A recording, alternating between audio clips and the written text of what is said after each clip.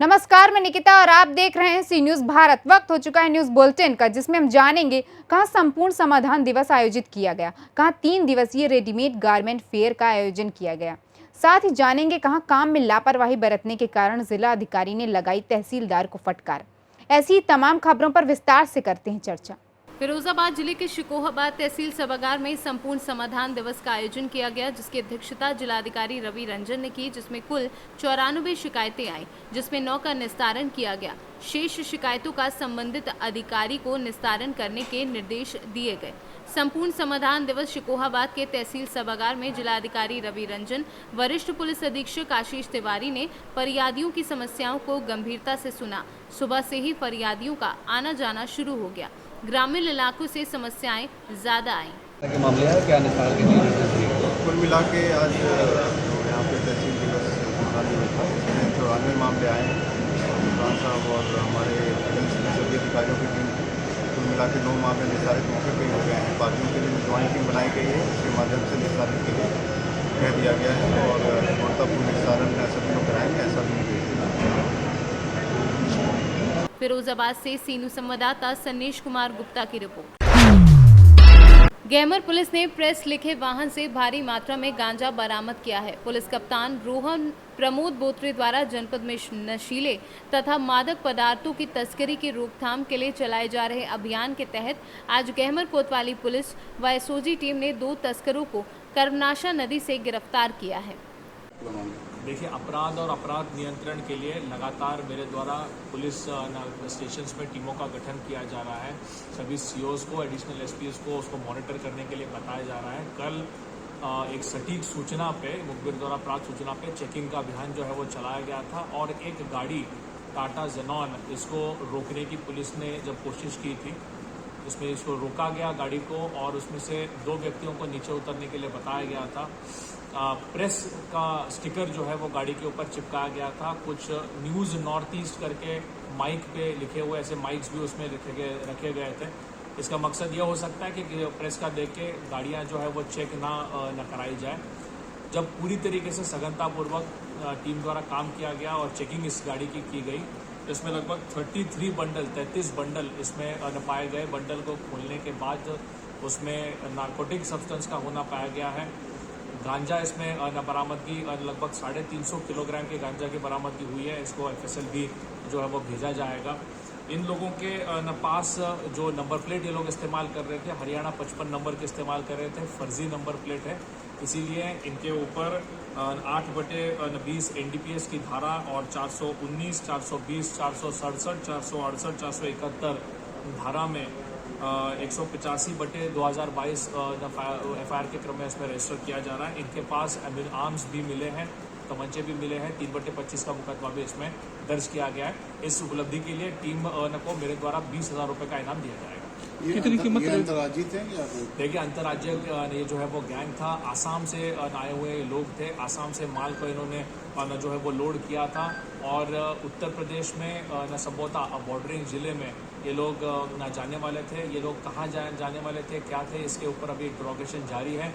इनके phone records और सारे मैसेजिंग के डिटेल्स इत्यादि लिए जा रहे हैं। टीम गठित की जाएगी इस प्रकरण को और डिटेल में ये करने के लिए। और इनका मकसद क्या था, सारी चीज़ें, कोई अलग एंगल तो नहीं था इसमें, सारी चीज़ें जो है वो पता की जाएगी। इसकी कीमत कितनी? इसकी अनुमानित कीमत लगभग 28 to 30 लाख है अंतर्राष्ट्रीय मार्केट में। मार्केट वैल्यू इतना। पुलिस टीम को कुछ 20,000 रुपये का इनाम मेरे द्वारा टीम को। गाजीपुर से सीनू संवाददाता रामू चौरसिया की रिपोर्ट। 60 साल के बाद पहली बार जुलाई के माह में इंदौर में रेडीमेड गारमेंट फेयर का आयोजन किया जा रहा है। इंदौर रेडीमेड वस्त्र व्यापारी संघ के अध्यक्ष आशीष निगम व सचिव विशाल दासौद ने बताया कि संघ के द्वारा हर 2 वर्ष में एक बार रेडीमेड गारमेंट फेयर का आयोजन किया जाता है। इस फेयर के आयोजन के पीछे उद्देश्य यह है कि इंदौर में निर्मित रेडीमेड गारमेंट को देश और दुनिया के गारमेंट व्यापारियों के समक्ष प्रस्तुत किया जा सके। इस फेयर में इंदौर के 300 वस्त्र निर्माताओं के द्वारा अपने उत्पाद को प्रस्तुत और प्रदर्शित किया जाएगा। इस फेयर में देश भर के और विदेशों के व्यापारी आकर उत्पाद को देखेंगे और अपने ऑर्डर की बुकिंग कराएंगे, जिससे दीपावली के त्यौहार पर इंदौर के वस्त्र निर्माताओं के पास भरपूर ऑर्डर रहेंगे। किस प्रकार का आयोजन? भैया 16, 17, 18 जुलाई को गारमेंट फेयर लग रहा है। यह आयोजन जो है हमारे दिवाली के सीज़न में लेटेस्ट डिज़ाइन जो गारमेंट्स में, मेंस वेयर में, गर्ल्स वेयर में, चिल्ड्रंस वेयर में, एथनिक वेयर में जो लेटेस्ट डिज़ाइन बनती है, जो हम दिवाली का बुकिंग करते हैं रिटेल काउंटर से, वो डिज़ाइन हम बना के और जितने भी बाहर के कस्टमर हैं उनसे हम बुकिंग लेते हैं। इसमें कहाँ से लोग आ रहे हैं? इसमें ऑल इंडिया से कस्टमर आ रहे हैं। सबसे ज़्यादा हमारे को तमिलनाडु है, केरला है, आंध्रा है, महाराष्ट्र है, गुजरात है, राजस्थान है। यहाँ से तो हमारे ग्राहक आते ही आते हैं। इस बार हमारी जो है 5 से 6 मंडियाँ नई जुड़ी हुई हैं, जो कि यूपी है, बिहार है, आसाम है, झारखंड है। इधर से भी हमारी इस बार मंडी आ रही है। कितने स्टॉल इसमें लगाए जाएंगे? इसमें 287 स्टॉल हैं सब, 287। कितना टारगेट कितना है? टारगेट तो बिजनेस का कोई लिमिट नहीं है, फिर भी यह है कि इस बार ऐतिहासिक फेयर रहेगा क्योंकि दिवाली का बुकिंग है और सब कस्टमर को ज़रूरत है। कोविड के बाद पहला ऐसा सीज़न आ रहा है कि वो है, तो अच्छा बुकिंग का उम्मीद है इस बार। ये आपने डेडलाइन दे रखी 60 साल बाद, इसका हाँ जी। क्या अर्थ है? इसका अर्थ ये है 60 साल बाद। अभी तक हम जो है 60 साल से मार्च और अप्रैल में फेयर लगाते थे। पहली बार 60 साल में पहली बार हम लोग जो है ये दिवाली फेस्टिवल का बुकिंग ले रहे हैं। आपका शुभ। आशीष निगम, अध्यक्ष इंदौर रेडीमेड वस्त्र व्यापारी संघ। इंदौर से सीनू संवाददाता शुभम अग्रवाल की रिपोर्ट। जुन्नारदेव में विधानसभा के पूर्व प्रत्याशी एवं विधानसभा प्रभारी आशीष ठाकुर द्वारा वृद्ध माता को दिया गया श्रवण यंत्र। जुन्नारदेव से कैमरा पर्सन सानू के साथ वीरेंद्र अग्रवाल की रिपोर्ट। शनिवार में अचानक तहसील संपूर्ण समाधान दिवस में फरियादियों की समस्याओं को सुनने के लिए आ पहुंचे लखनऊ जिलाधिकारी सूर्यपाल गंगवार। लखनऊ जिलाधिकारी ने पहुंचते ही तमाम लेखपालों, कानूनगो सहित तहसीलदार राजेश विश्वकर्मा को जमकर फटकार लगाई। तहसील मोहनलालगंज में डीएम के आने की सूचना पर भारी संख्या में फरियादी मौजूद रहे। बता दें कि तहसील मोहनलालगंज शनिवार को समस्याएं सुनकर तत्काल निस्तारण करने के आदेश दिए। शिकायतकर्ताओं को कॉल करके डीएम ने फीडबैक भी लिया। पेंडिंग पड़ी समस्याओं को लेकर तहसीलदार को जिलाधिकारी ने कई बार जमकर फटकार लगाई। हाँ, अभी एक सड़क की शिकायत प्राप्त हुई है कि 8 महीने से वो सड़क निर्माण बाधित है। वहाँ पर गड्ढा खोदा हुआ है और अभी तक वो निर्माण कार्य पूरा नहीं हुआ है। तो उसमें हमने चीफ इंजीनियर से वार्ता की है और उनसे एक्शन लेने के लिए कहा है, क्योंकि बारिश से पहले ये सड़क निर्माण हो जानी चाहिए थी, लेकिन समय सीमा भी इसकी निकल चुकी है। तो इसके जो संबंधित ठेकेदार हैं उनके विरुद्ध विभागीय स्तर पर कार्यवाही होनी चाहिए और हमने उनको समय दिया है कि 1 सप्ताह के अंदर अगर ये पूर्ण नहीं होती है तो फिर FIR की भी कार्यवाही कराई जा सकती है। गंज में तहसील दिवस या पूर्ण समाधान दिवस मनाया गया है। यहाँ पर विभिन्न तरह के शिकायतें प्राप्त हुई हैं। उसमें कुल मिलाकर 294 शिकायतें प्राप्त हुई, जिनमें मौके पर 43 का निस्तारण किया जा चुका है अभी तक और कुछ आज शाम तक निस्तारण हो जाएगा। इसके अलावा जो पिछले तहसील दिवस के 188 प्रकरण आए थे, उनमें सभी का निस्तारण हो चुका है, ऐसी रिपोर्ट की गई है। लेकिन हमने पिछले 1 वर्ष के जो तहसील दिवस के प्रकरण हैं उनको दोबारा से देखने के लिए बोला है कि अगर किसी भी शिकायत का निस्तारण गुणवत्तापूर्वक नहीं हुआ है या असंतोषजनक उसकी टिप्पणी है तो उसे दोबारा से अधिकारी देखेंगे और आगे सभी शिकायतों का निस्तारण गुणवत्तापूर्वक होना चाहिए। अगर कोई शिकायत निस्तारण योग्य नहीं है या शिकायत गलत है तो शिकायतकर्ता को भी समझाना चाहिए, उसको पूरी जानकारी उपलब्ध करानी चाहिए कि किस लिए उसकी शिकायत का निस्तारण नहीं हो सकता है। अदरवाइज सभी शिकायतों का निस्तारण जो भी नियम है उसके मुताबिक होना चाहिए और शिकायतकर्ताओं को भी इसकी पूरी सूचना दी जानी चाहिए। सड़क निर्माण में शिकायत की गई थी। लखनऊ से सीनू संवाददाता धीरज तिवारी की रिपोर्ट। बुलंदशहर नगर में क्षेत्र में पड़ी पहली बारिश से मौसम तो खुशनुमा हो गया, लेकिन नगर पालिका की पोल पट्टी खोल कर चला गया। कहाँ गए लाखों रुपए जो नालों की सफाई के नाम पर खर्च होते हैं। हल्की सी बारिश में ही राहगीरों को समस्या का सामना करना पड़ा। बुलंदशहर से सीनू संवाददाता उपदेश सिंह चौहान की रिपोर्ट। फिरोजाबाद के टूंडला में शरारती तत्वों ने बाबा भीमराव अंबेडकर की प्रतिमा को क्षतिग्रस्त कर फिजा बिगाड़ने की गई कोशिश। सूचना मिलने पर तत्काल सीओ व एसडीएम ने मौके पर पहुंचकर शरारती तत्वों के खिलाफ एफआईआर दर्ज एवं नई मूर्ति लगवाने के आदेश दिए हैं। वहीं सीसीटीवी कैमरे लगवाने की भी बात कही है। बता दें कि 2 साल पहले भी इसी अंबेडकर पार्क में लगी हुई अंबेडकर की प्रतिमा को क्षतिग्रस्त कर दिया गया था। प्रधान जी, जो अम्बेडकर मूर्ति जो क्षतिग्रस्त करी गई है, तो ये किस जगह की घटना है और क्या बात हुई है, पूरी बात बताइए। ये नगला झम्मन गांव है, टूला खाम पंचायत पड़ती है। इसी में बहुत प्राचीन ये पार्क बाबा साहब का बना हुआ है।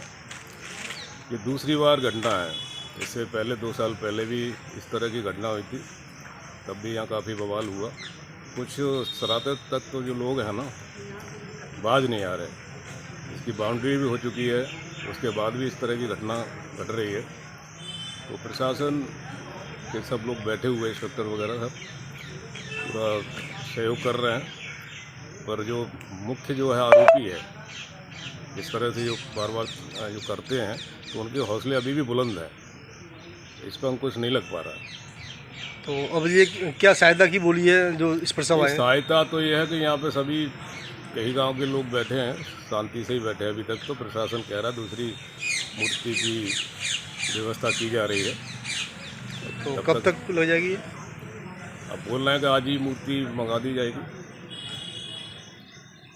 शायद आपको अवगत हुआ होगा कि कुछ असामाजिक तत्वों ने मूर्ति को क्षतिग्रस्त कर दिया, तो इस संदर्भ में प्रशासनिक क्या सुविधाएं सर अभी? देखिए, प्रशासन की तरफ से इसमें जो भी असामाजिक तत्व हैं उनके खिलाफ कड़ी से कड़ी कार्रवाई की जाएगी।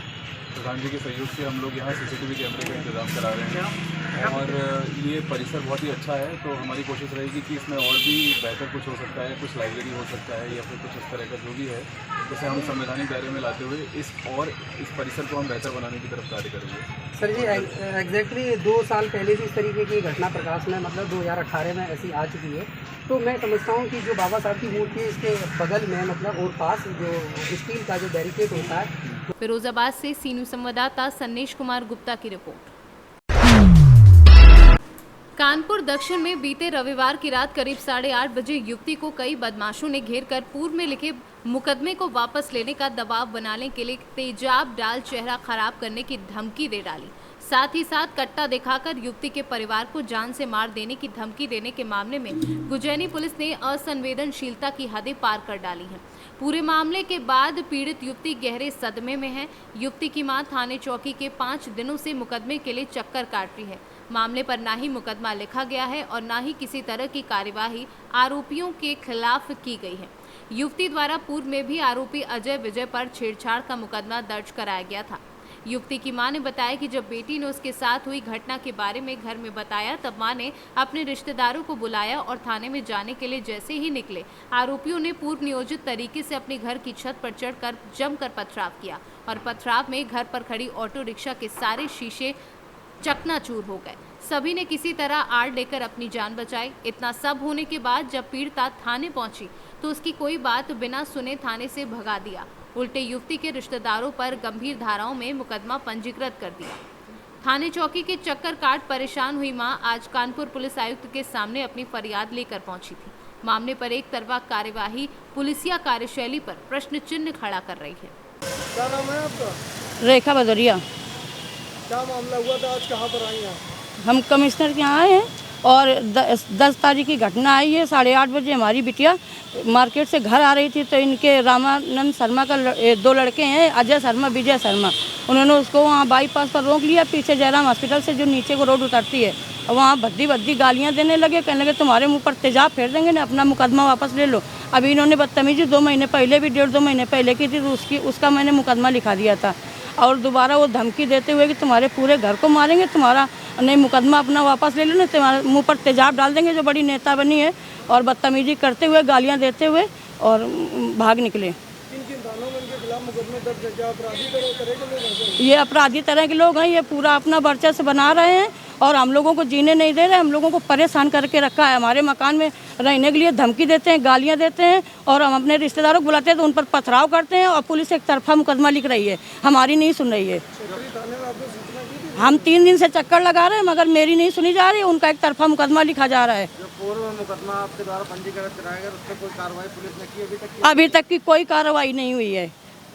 आज आपको क्या आश्वासन मिला, कहाँ पर आए थे? आज हम कमिश्नर के आए हैं तो उन्होंने आश्वासन दिया, देखो आगे क्या करते हैं।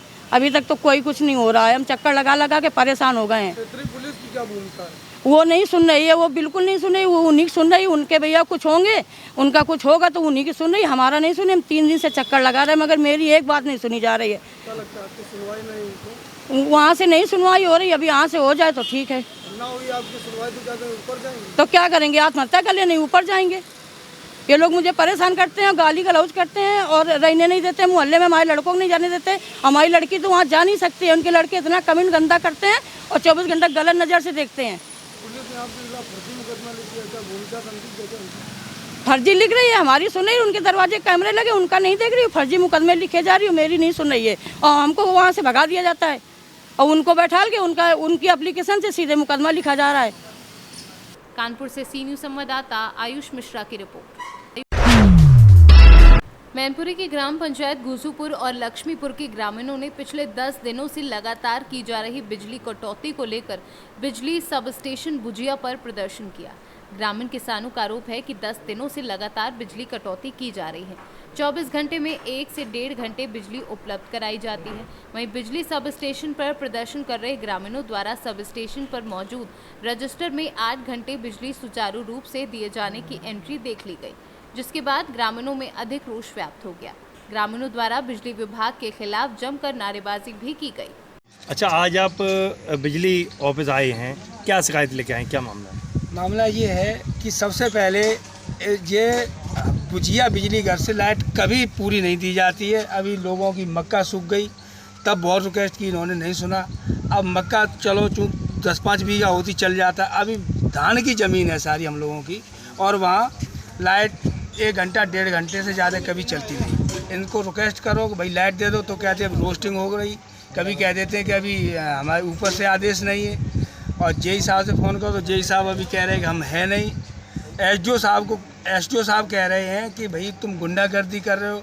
रिक्वेस्ट करने पर वो गुंडागर्दी बताते हो, तो मेरी समझ में ये नहीं आ रहा है कि हम रिक्वेस्ट किस तरह से करी जाए। यहाँ हम रिक्वेस्ट करने आए थे तो एसडीओ साहब का फ़ोन आया है कि तुम वहाँ आए हो तो गुंडागर्दी कर रहे हो। और अभी कोई यहाँ अधिकारी आने के लिए तैयार नहीं है, कोई लाइन में यहाँ मौजूद नहीं है। और बिल जो भी बिल है हमारे जिले मौजे का कोई बाकी नहीं है, फिर भी ये लोग हमारी लाइट पूरी नहीं। उच्च अधिकारियों से शिकायत की है, क्या आश्वासन मिला? अभी एक्शन साहब से बात की थी तो उन्होंने कहा कि मैं किसी न किसी को भेज रहा हूँ। हो सकता है कि साहब के आदेश पे यहाँ कोई पहुँचे। मैं इसी बात का इंतज़ार कर रहे हैं कि आए, हमारी कोई बात सुन ले। कब से दिक्कत आ रही है लाइट में? ये लाइट तो हमेशा ही रहती है, लेकिन 10 दिन से तो लाइट बिल्कुल ख़त्म ही कर दी। कल 1.5 घंटा लाइट चली है और 10 मिनट करके 10 मिनट इनके रजिस्टर में 8 घंटा भरी हुई है। तो हमने कहा भैया और जेई साहब हमारे वहाँ मौजूद थे घुसूपुर में, उनको मैं दिखा रहे थे भैया ये सब लाइनें ख़राब हैं, इनको ठीक कराइए। जेई साहब वहाँ रहे तो उन्होंने कहा कि हवा चल रही इस वजह से नहीं आ रही, कल आएगी। और यहाँ आके अभी देखा रजिस्टर का तो पूरे 8 घंटे फिलअप करके रखा हुआ है। अब उन्होंने अपनी कागजी कार्रवाई इनकी पूरी रहती है, मौके पर लाइट 0 रहती है। रंजीत सिंह जी, क्या समस्या आ गई जो आपको बिजली कराना? भैया बिजली नहीं आ रही, हमारी सब फसल सूख रही है और इनसे फ़ोन करते हैं कोई नहीं अटेंड करता है। क्या दिक्कत आ रही, कब से बिजली नहीं है? कितनी बिजली मिल रही है? 5 दिन से तो बिल्कुल 5 दिन हो गए हमको, बिल्कुल 1 घंटा 1.25 घंटा बिजली देते हैं। अच्छा, और फ़ोन करने पर अटेंड नहीं करते, बोलते बिजली ऐसी चलेगी। कौन कहता है इस चीज़ को? जेई साहब कहते हैं, एसडीओ साहब फ़ोन नहीं अटेंड करते। सरकार ने तो 18 घंटे और 22 घंटे बिजली देने की बात कही थी। वो सरकार तो कहती है लेकिन ये नहीं मान रहे हैं। ये बोलते हैं हमारी बिजली ऐसी चलेगी, हमारे कॉन्ट्रैक्ट आगरा से हैं, हमारे पे ऐप लगा हुआ है, हम 4 बजे से बिजली नहीं चला पाएंगे। इनसे बहुत रिक्वेस्ट करते हैं, ये नहीं बिजली चलाते हैं। उच्च अधिकारियों से शिकायत की आपने? हाँ की, एसडीओ साहब से वो फ़ोन नहीं अटेंड कर रहे हैं। एक्शन साहब से बोला कि हम उनको खींचते हैं, क्यों नहीं बिजली दे रहे हैं। मैनपुरी से सीनू संवाददाता जाजिब उमर की रिपोर्ट। सब्जी मंडी को लेकर किसान हुए परेशान। जो किसान खून पसीना एक करके फसल उगाकर फसल को तैयार करता है, उसी किसान को अपनी सब्जी बेचने के लिए एक सुनिश्चित जगह नहीं मिल पा रही है। इसी वजह से विरमगंज थाना क्षेत्र के किसानों ने एक जुलूस निकाला और सैकड़ों किसानों के साथ दूधी तहसील दिवस में लगाई अर्जी और गुहार लगाते हुए सैकड़ों किसानों ने नारे के माध्यम से सुनिश्चित सब्जी मंडी की मांग की। किसानों का कहना है कि जो सिंचाई विभाग की जमीन खाली पड़ी है, उसे किसानों को सब्जी मंडी लगाने के लिए पूरी सुविधा के साथ दिया जाए, ताकि किसान अपनी सब्जी को उचित दर पर बेचकर अपना जीवन सही से चला सके। सोनभद्र से सी न्यूज़ संवाददाता दिलीप की रिपोर्ट। फिलहाल के लिए इस न्यूज़ बुलेटिन में बस इतना ही। देश और दुनिया की तमाम खबरों के लिए देखते रहिए सी न्यूज़ भारत।